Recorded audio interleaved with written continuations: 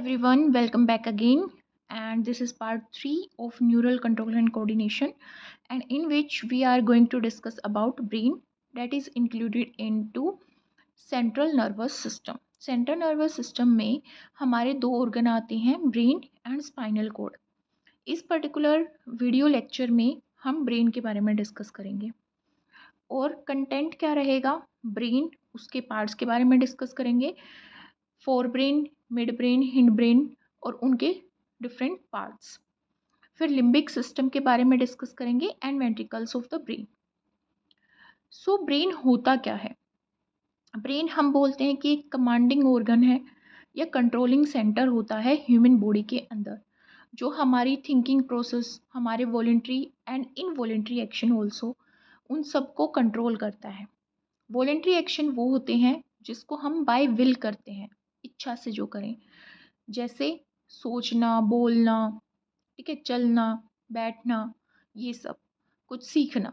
और इनवॉलेंट्री होते हैं जो हमारे कंट्रोल में नहीं होते, मतलब हमारी विल पे नहीं डिपेंड करते, जैसे रेस्पायर करना, सेलिवेशन, जैसे यूरिन की फॉर्मेशन, डाइजेशन एट्सेट्रा। तो ब्रेन क्या है? एक कमांडिंग ऑर्गन है, एक कंट्रोलिंग सेंटर है और इंफॉर्मेशन को प्रोसेस करने का सेंटर है। इंफॉर्मेशन को प्रोसेस करने का सेंटर कैसे है? जैसे बाहर इन्वायरमेंट में गर्मी हो गई, ठीक है, तो वो जो हीट है या फिर जो राइज इन टेम्परेचर है, उसकी वजह से मेरी स्किन के अंदर जो थर्मो रिसेप्टर्स प्रेजेंट हैं वो एक्टिवेट होंगे, वो इन्फॉर्मेशन को रिसीव करेंगे और मोटर न्यूरॉन्स के थ्रू वो कहाँ पे सेंड करेंगे उसको, सेंसरी न्यूरॉन्स के थ्रू ब्रेन को सेंड करेंगे। ब्रेन इंटरप्रेट करेगा कि हीट हो रखी है, तो उस हीट को कॉम्बैक्ट करने के लिए वो क्या करेगा, स्वेटिंग करेगा, ठीक है, ताकि हमारी बॉडी कूल डाउन हो जाए, ठीक है। तो वो एक रिस्पॉन्स जनरेट करेगा और मोटर न्यूरॉन्स के थ्रू क्या, ग्लैंड्स को सिग्नल भेजेगा और ग्लैंड्स क्या करेंगी, हमारा सोल्टी स्वेट सिक्रेट करेंगी, जिससे हमारी बॉडी क्या होगी, कूल डाउन होगी। तो इस तरह वो इन्फॉर्मेशन को प्रोसेस करता है और हमारी बॉडी को कंट्रोल करता है, कमांड करता है। अब जो हमारा ब्रेन होता है वो एक क्रेनियल कैविटी में लोकेटेड होता है, क्योंकि वो एक बहुत ही इम्पोर्टेंट ऑर्गन हो गया हमारी बॉडी का।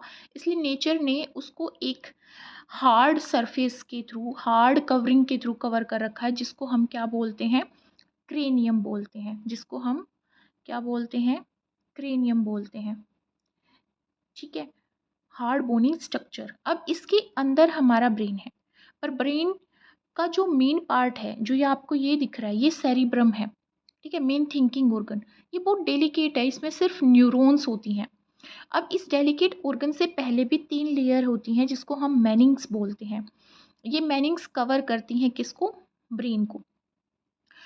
पहली होती है जो सबसे आउटर मोस्ट होती है, वो होती है ड्यूरामेटर। बीच वाली जो होती है उसको अरेक्नोइड बोलते हैं, अरेक्नोइड मैटर। और जो सबसे लास्ट वाली होती है उसको हम पाए मैटर बोलते हैं, जो इनर मोस्ट होती है। तो ये क्या करती हैं, मैकेनिकल शॉक से हमारे ब्रेन को प्रोटेक्ट करती हैं।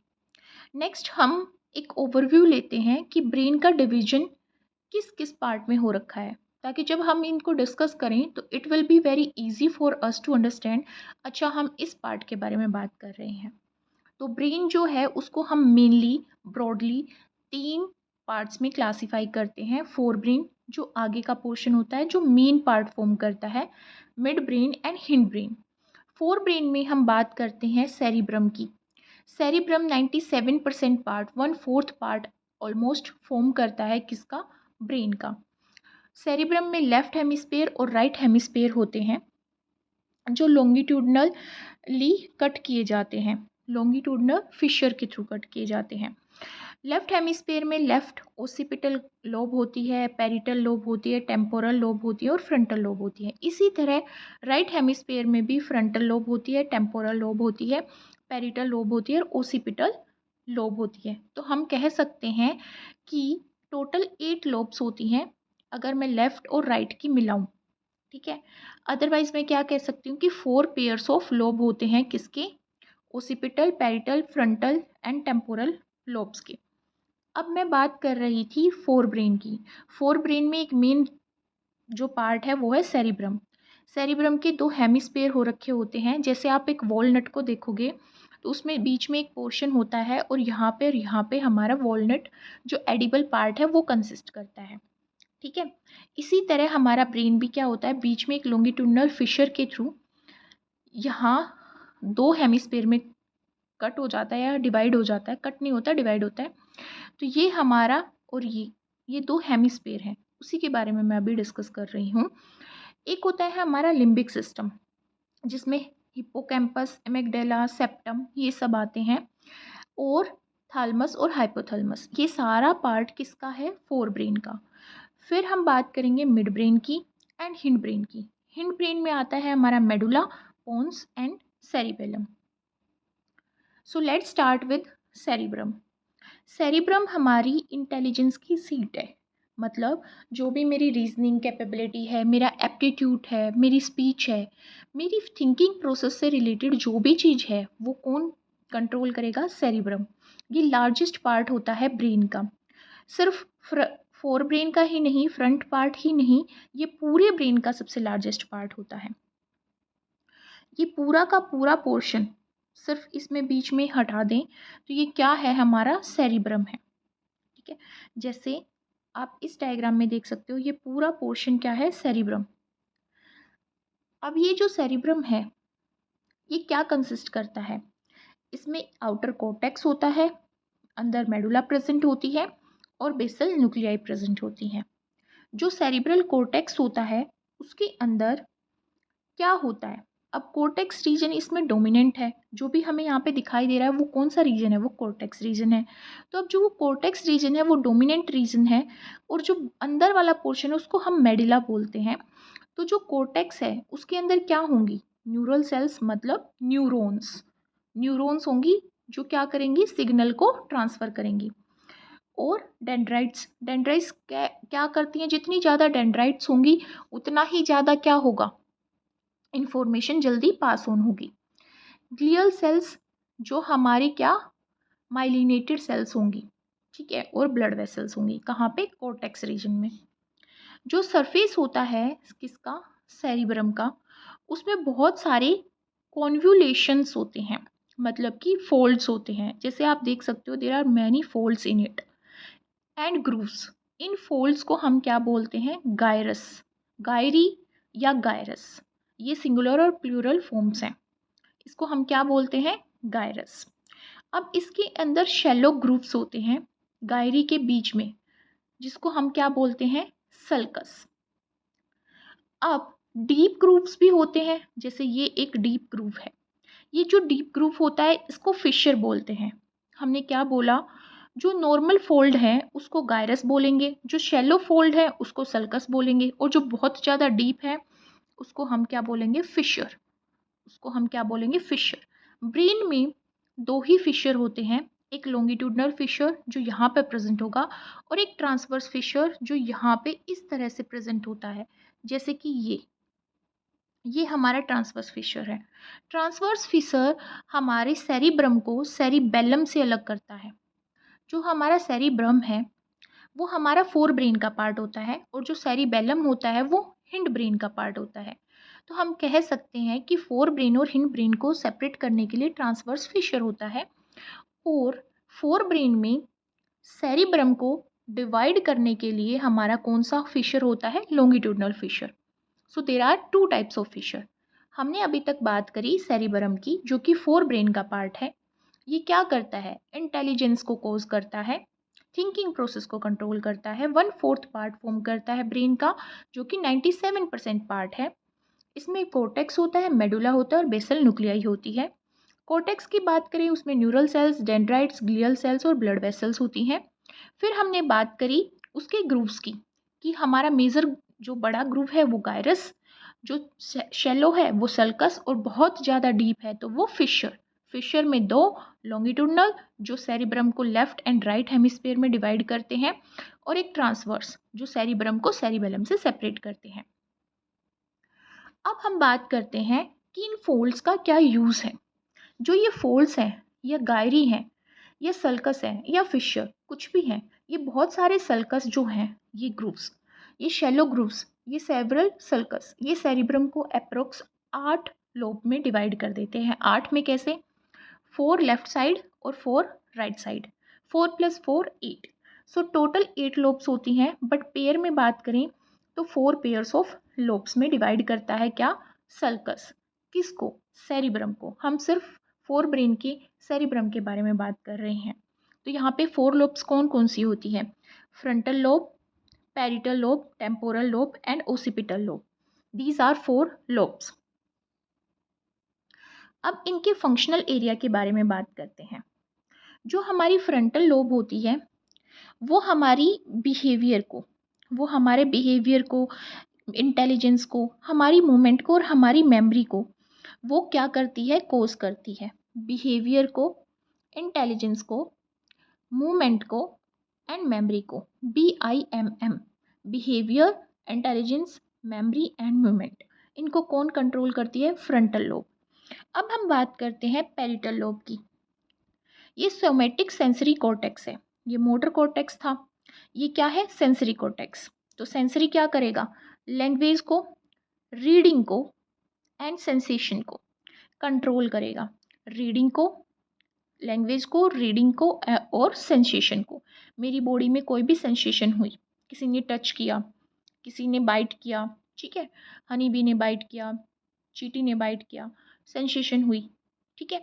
तो लैंग्वेज, रीडिंग एंड सेंसेशन को कौन कंट्रोल करेगा? Parietal lobe. फिर बात करते हैं ओसिपिटल लोब की। जो विजुअली हमारे जो भी सेंसरी ऑर्गन्स होते हैं, जो विजुअल के लिए या फिर देखने के लिए रिस्पॉन्सिबल होते हैं, उनको कंट्रोल करती है। तो विजुअल प्रोसेसिंग कौन करती है? Occipital lobe. लास्ट हमारी temporal lobe. Temporal lobe speech, ये भी हमारी क्या करती थी? लैंग्वेज। ये लैंग्वेज के लिए रिस्पॉन्सिबल थी, पर ये स्पीच के लिए है। लैंग्वेज में और स्पीच में डिफरेंस है, ओके। तो ये स्पीच के लिए है, हियरिंग के लिए है और मेमोरी के लिए है। स्पीच, हियरिंग एंड मेमोरी के लिए कौन है? Temporal lobe. I would like to repeat, frontal lobe जो है वो क्या करती है? बिहेवियर को, इंटेलिजेंस को, मूवमेंट को और मेमोरी को कंट्रोल करती है। पैरिटल लोब जो है वो लैंग्वेज को, रीडिंग को, सेंसेशन को कंट्रोल करती है। ओसिपिटल लोब जो है वो विजुअल प्रोसेसिंग करती है और टेम्पोरल लोब जो होती है वो स्पीच, हियरिंग एंड मेमोरी को कंट्रोल करती है। तो मैं ये कह सकती हूँ कि मेरा जो सेरिब्रल कॉर्टेक्स है उसमें सेंसरी एरिया फॉर्म किया जाता है पैरिटल लोब के थ्रू, टेम्पोरल लोब के थ्रू एंड ओसिपिटल लोब के थ्रू, और मोटर एरिया फॉर्म किया जाता है फ्रंटल लोब के थ्रू, ठीक है। अब हम बात करते हैं सेरिब्रम में मेडुला के बारे में। मेडुला वाइट होता है कलर में, जो कि अंदर का पोर्शन होता है सेरिब्रम के अंदर, ठीक है। अब बात करते हैं डायंसिफेलोन की। डायंसिफेलोन क्या है? 3 पेयर स्ट्रक्चर है। ये भी हमारा किसका पार्ट होता है? फोर ब्रेन का पार्ट होता है। डायंसिफेलोन कंसिस्ट किस किस पार्ट को करता है? एपिथैलेमस को, थैलेमस को, हिपोथैलेमस को और एपिथैलेमस हम बोल चुके हैं। तो 3 पार्ट्स को ये कंसिस्ट करता है। देखो, जब भी हम बात करते हैं फोर ब्रेन की, तो फोर ब्रेन में हम किसकी बात करते हैं? सेरिब्रम की, प्लस सेरिब्रम में सेरिब्रल कॉर्टेक्स और सेरिब्रल मेडुला, ठीक है। वो मेडुला ऑब्लोंगेटा नहीं था, वो cerebral cortex and cerebral medulla था। उसके बाद हम बात करते हैं डायंसिफेलोन की। डायंसिफेलोन कंसिस्ट करता है 3 पोर्शन, एपिथैलेमस, थैलेमस एंड हिपोथैलेमस। जैसे कि आप डायग्राम में देख सकते हो, ये मेरा डायंसिफेलोन का रीजन है जो यहाँ पे लाइट ब्लू कलर में शो किया गया है। इसमें थैलेमस है, हिपोथैलेमस है और एपिथैलेमस है, ठीक है। और सब थैलेमस यहाँ पे दिया गया है, पर बहुत सारी बुक में इसको मेंशन नहीं किया जाता। सबसे पहले हम बात करेंगे किसकी? एपिथैलेमस की। एपिथैलेमस जो होता है वो रूफ फॉर्म करता है। आप देख सकते हो, it forms roof of the diencephalon. ये नॉन नर्वस टिश्यू है, मतलब कि यहाँ पे न्यूरॉन्स नहीं पाई जाती। ये एंटीरियर पार्ट है, अंदर वाला पोर्शन होता है, और बिगनिंग वाला पोर्शन होता है किसका? डायंसिफेलोन का। वस्कुलर होता है और फोल्ड होके एक स्ट्रक्चर फॉर्म करता है जिसको हम कोरोइड प्लेक्सस बोलते हैं। ये राउंड राउंड जो स्ट्रक्चर है वो क्या है, कोरोइड प्लेक्सस। कोरोइड प्लेक्सस के पीछे एपिथैलेमस एक शॉर्ट स्टॉक फॉर्म करता है जिसको हम पीनियल बॉडी बोलते हैं या पीनियल ग्लैंड बोलते हैं। पीनियल ग्लैंड को थर्ड आई भी बोला जाता है। ह्यूमंस के केस में पीनियल ग्लैंड को थर्ड आई बोला जाता है। ये एक हार्मोन सिक्रेट करती है जिसका नाम है मेलाटोनिन। जिसका नाम क्या है, मेलाटोनिन। मेलाटोनिन क्या करता है, सर्केडियन रिदम को कंट्रोल करता है। सर्केडियन रिदम का मतलब है ह्यूमन क्लॉक को ये कंट्रोल करता है, हमारी वेकअप एंड स्लीप साइकिल को रेगुलेट करता है। नेक्स्ट बात करते हैं थालमस एंड हिपोथैलेमस के बारे में। जो थालमस है ये ग्रे मैटर कंसिस्ट करता है और ये रिले सेंटर की तरह एक्ट करता है इम्पल्सेस को ट्रांसफ़र करने के लिए। किस किस के बीच में ये रिले सेंटर है, किस रिले सेंटर का मतलब होता है कि जहाँ पे आके सारी इम्पल्स, सारी इंफॉर्मेशन मिल जाए और जो सेंटर ऑफ इंफॉर्मेशन हो, मतलब एक जगह से दूसरी जगह ट्रांसफ़र करने के लिए। तो thalamus act as a relay centre for impulses between spinal cord के लिए, जो कि नीचे स्टेम वाले रीजन में प्रेजेंट होती है, ब्रेन स्टेम के रीजन में, and brain stem, spinal cord and cerebrum. Cerebrum होता है फ्रंट वाला part.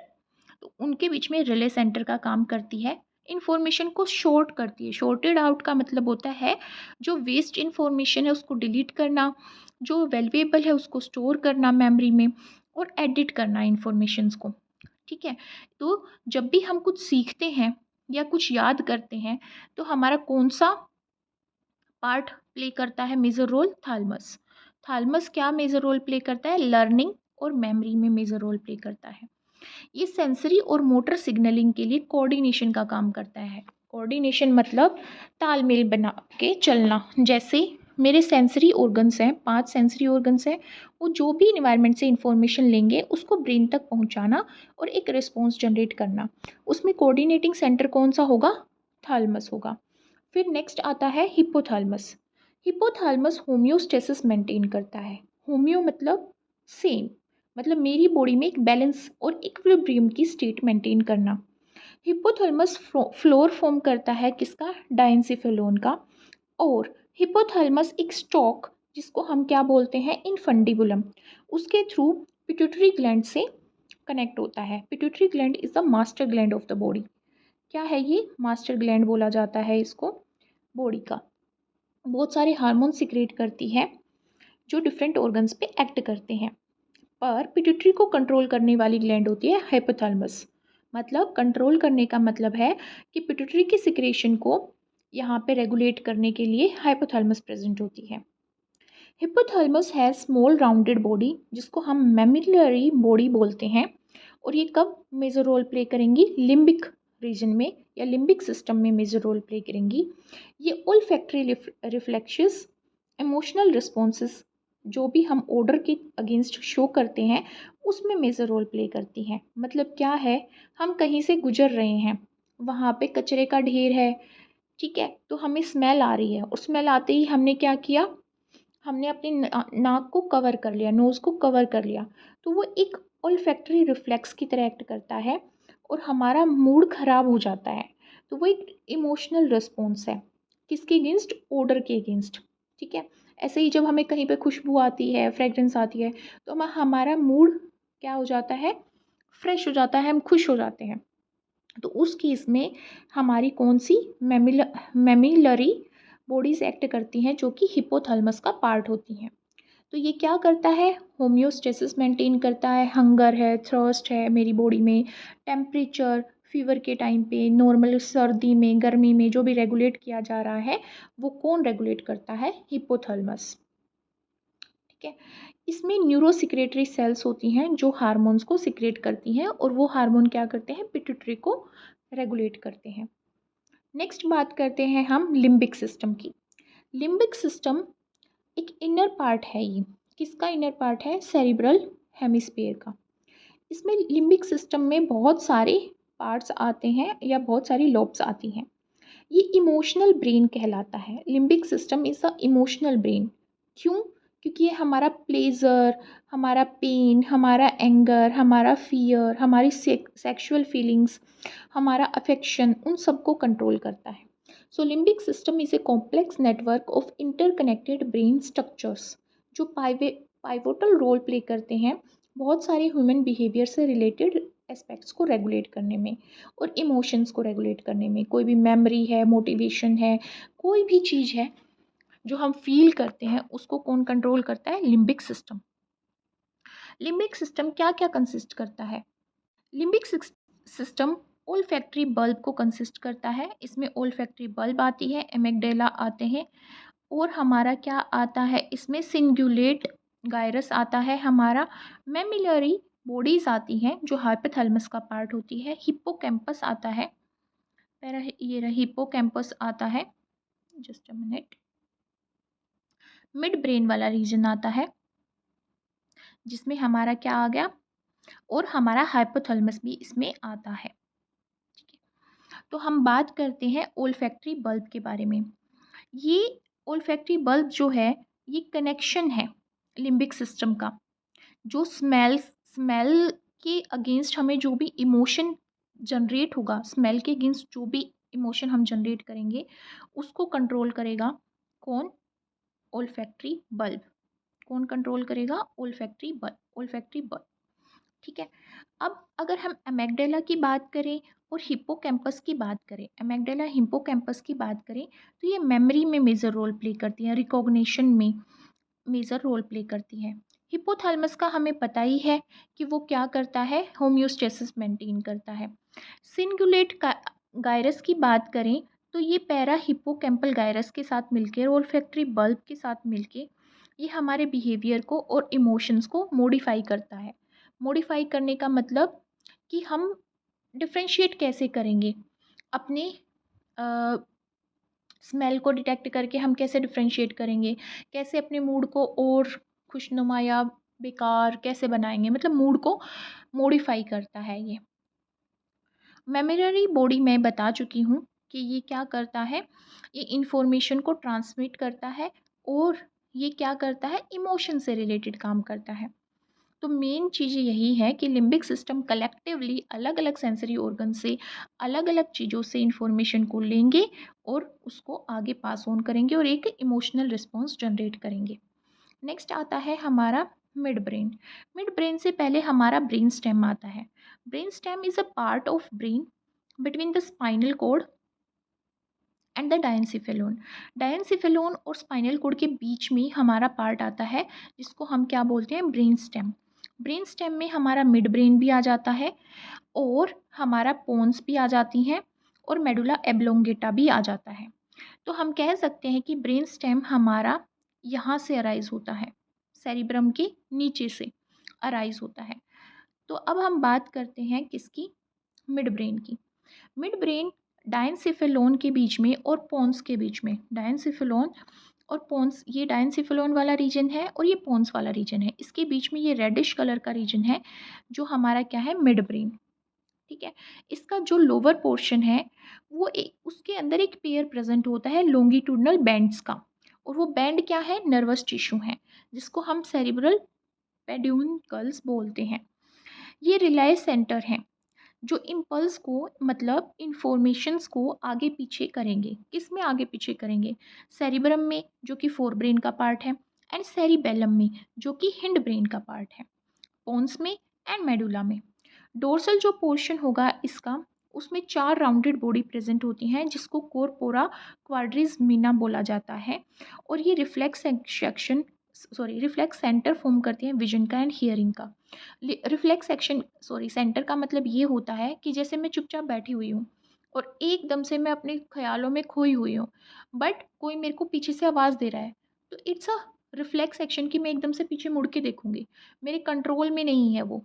Many times I can control it if I will do it by thinking, but most of the time हम क्या करते हैं, जब भी हमारा कोई नाम पुकारता है तो हम क्या करते हैं? पीछे मुड़ के देखते हैं। So it is a reflex action for hearing. Vision के लिए क्या कर सकते हैं हम? एकदम से हमें कोई ब्राइट लाइट दिखी, हम आंखों को बंद कर लेते हैं, तो विजन के लिए भी रिफ्लेक्स सेंटर की तरह काम करता है कोरपोरा क्वाड्रिस मीना। नेक्स्ट बात करते हैं, एंड द लास्ट, नो, इसके बाद भी एक स्लाइड होगी जो वेंट्रिकल्स को डिस्कस करेगी। तो अब हम बात करते हैं हिंड ब्रेन की।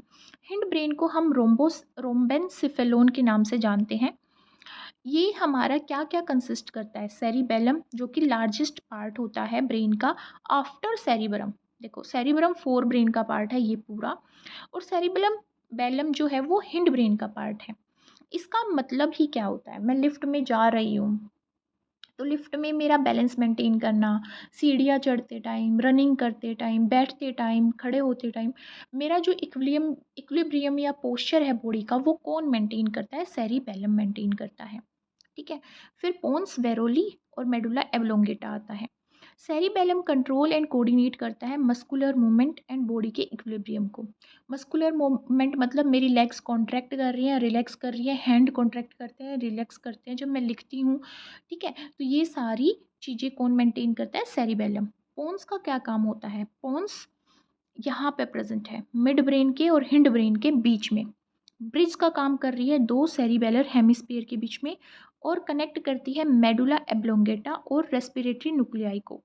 रेस्पिरेटरी फंक्शन जो भी मेरी बॉडी में होगा, रेस्पिरेशन से रिलेटेड जो भी कंट्रोल करना होगा, वो कौन कंट्रोल करेगा? मेरा पोन्स करेगा।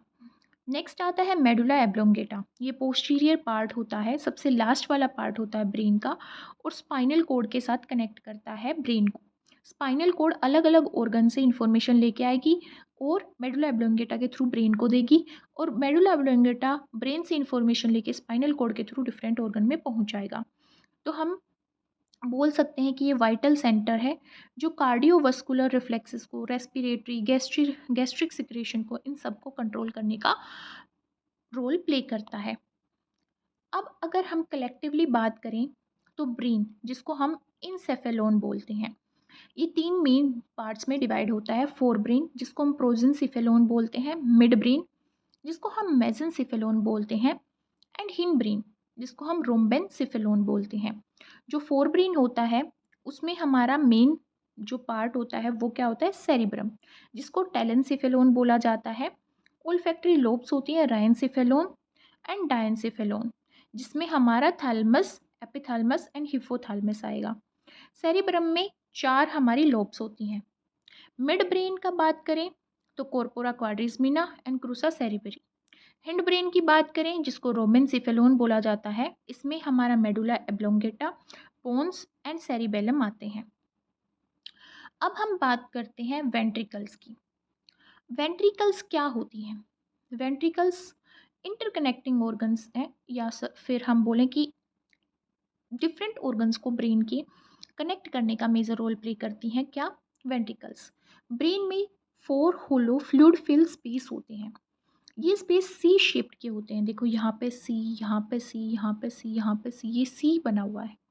ठीक है, तो ये सी सी शेप्ड के स्पेस होते हैं सेरिब्रल हेमिस्फीयर के अंदर, मतलब कि फ्रंट ब्रेन के अंदर ऑलमोस्ट।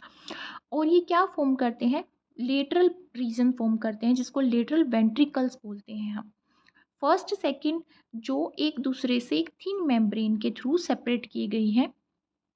फर्स्ट एंड सेकंड जो होती है हमारी, वो थिन मेम्ब्रेन के थ्रू सेपरेट करी गई है, जिसको हम क्या बोलते हैं? स्टेम्प्यूल्यूसीडियम, सेप्टुम पेल्यूसीडियम, सेप्टम पेल्यूसीडियम, जिसके थ्रू हम क्या करते हैं? फर्स्ट एंड सेकंड हमारी जो वेंट्रिकल होती है उसको हम सेपरेट करते हैं। ठीक है। Each lateral ventricle communicates with narrow third ventricle. This is our third ventricle. ये हमारी थर्ड वेंट्रिकल होती है। इसके साथ कम्युनिकेट करती है किसमें? डायनसिफेलोन में, एक ओपनिंग के थ्रू, जिसको हम क्या बोलते हैं? Interventricular foramen. इंटरवेंट्रिकुलर फोरामेन के थ्रू वो कनेक्ट करती है, जिसको फोरामेन ऑफ मोनरो भी बोला जाता है। तो ये इंपॉर्टेंट पॉइंट है यहाँ पे, थर्ड वेंट्रिकल को क्या बोला जाता है? Foramen of Monro. जो वेंट्रिकल थर्ड होती है वो फोर्थ के साथ कॉन्टिन्यूसली होती है, मतलब कनेक्टेड होती है। ठीक है, कनेक्टेड होती है, फोर्थ के साथ कनेक्टेड होती है। किसके थ्रू कनेक्टेड होती है? एक कैनाल के थ्रू, जिसको स्लाइवियस बोला जाता है या फिर सेरिब्रल एडिक्वेट बोला जाता है। देखो, ये फोर्थ वेंट्रिकल है, कनेक्ट हो रही है एक कैनाल के थ्रू, को सेरिबुलर एडिक्वेट बोला गया है, या फिर इसको क्या बोला गया है, एडिक्वेट ऑफ स्लाइव वेयर्स। कोरोड प्लेक्सस एक नेटवर्क होता है किसका, कोरोड प्लेक्सस नेटवर्क होता है ब्लड कैपिलरीज का, जो वेंट्रिकल्स की लूफ में पाया जाता है और सेरिब्रोस्पाइनल फ्लूइड फॉर्म करता है, जो ब्रेन को मैकेनिकल इंजरी से बचाता है और बायोंसी बैलेंस मेंटेन करता है सेंट्रल नर्वस सिस्टम में। सेरिब्रोस्पाइनल फ्लूइड एक शॉक ऑब्जर्वर है, मतलब मेरा सिर कहीं पे लग गया तो मैकेनिकल शॉक लगा तो उसको एब्जॉर्व कर लेगा, ठीक है, और ब्रेन का नरिश करेगा।